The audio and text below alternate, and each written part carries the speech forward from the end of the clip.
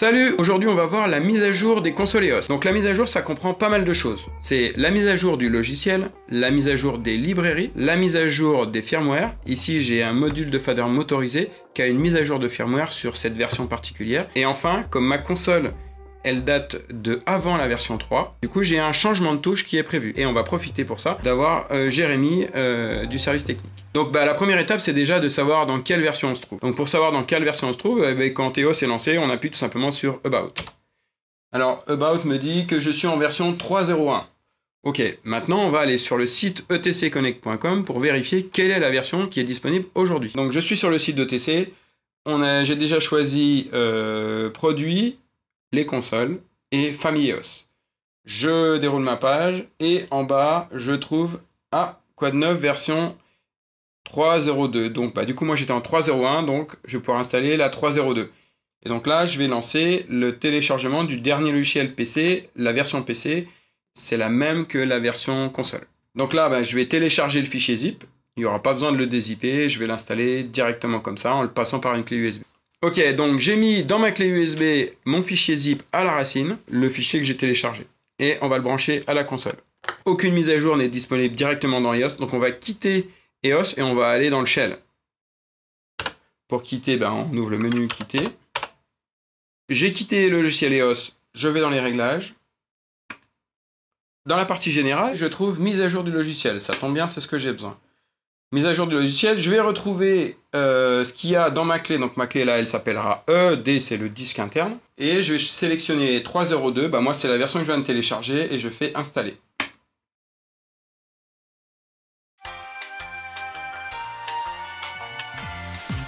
Ok, le fichier vient d'être fini d'être décompressé. Donc maintenant, je vais pouvoir lancer l'installation.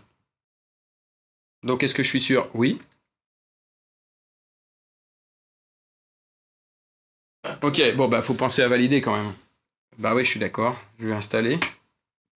À la fin de l'installation, ma console va redémarrer. Avant de faire l'installation, j'ai bien pensé à sauvegarder ma dernière conduite, puisque là, quand on va redémarrer, on va partir sur une conduite vierge. Sinon, j'ai perdu les dernières choses que j'avais pas sauvées.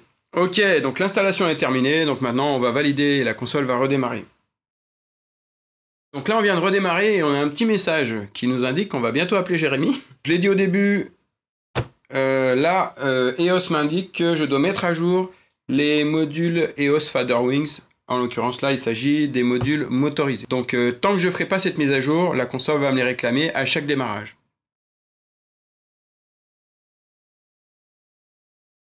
Ok, donc là j'ai vu au lancement qu'il y avait bien écrit que j'étais en version 3.0.2. Si je suis allé trop vite, je rappuie sur About.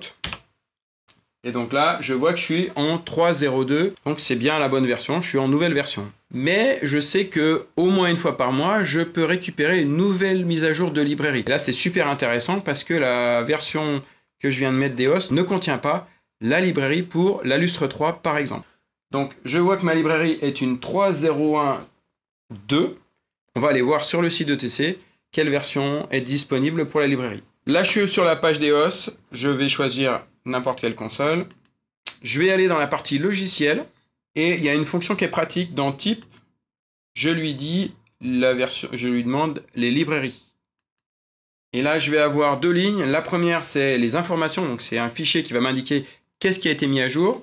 Je visualise aussi qu'on est en 3.0.1, build 6. Donc moi, j'ai une build 2, là j'ai une build 6, donc du coup, je vais gagner plusieurs versions. Donc je vais télécharger la dernière librairie. Donc là, je sauvegarde le fichier. Petite différence, quand je sauvegarde le fichier zip, je devrais le dézipper. J'ai besoin d'aller récupérer ce qui m'intéresse à l'intérieur. Donc je vais l'ouvrir et c'est le fichier qui commence par EOS Fixture Lib que je dois installer directement dans ma clé. Ça, je le passe sur ma clé. Évidemment, je reconnecte ma clé à mon pupitre. Je vais donc quitter à nouveau EOS. Je retourne dans le shell. Mise à jour du logiciel. Et donc dans mise à jour du logiciel, je vais retrouver ma fameuse librairie. Et donc là, je vois que c'est une 3.0.1.6. Donc c'est une mise à jour plus récente. Je lance ma mise à jour de librairie. Donc tout l'intérêt de cette mise à jour de librairie, c'est à chaque fois que je cherche un projecteur récent ou un projecteur qui a été modifié, il y a des versions d'EOS qui arrivent assez régulièrement, mais des versions de librairie qui arrivent au moins une fois par mois. Donc téléchargez vos versions de mise à jour avant de commencer de chercher si la librairie existe. Est-ce que je suis sûr? Oui. Ben, c'est terminé.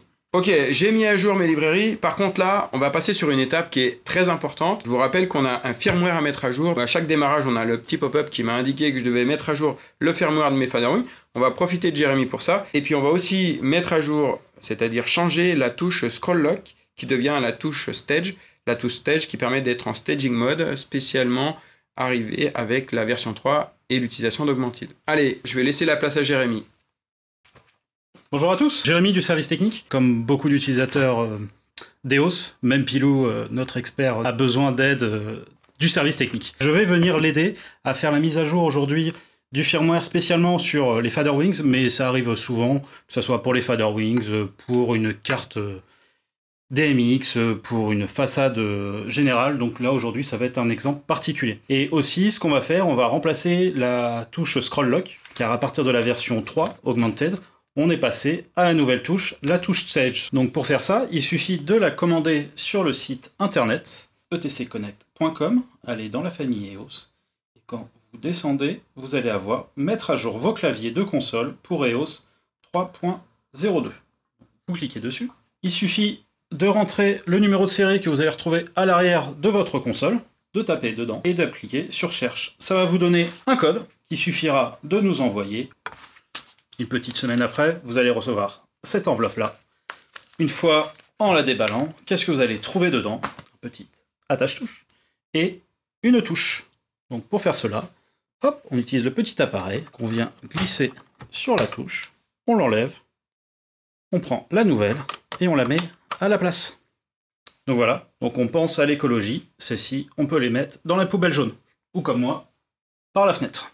Donc, suite à la mise à jour que vous avez vue avec Pilou, il existe de temps en temps la mise à jour des cartes électroniques à l'intérieur des façades de vos différents pupitres. Donc aujourd'hui, avec cette nouvelle version, on a besoin de mettre à jour les cartes électroniques de nos FaderWings. Donc là, il nous suffit d'aller dans les réglages de la console.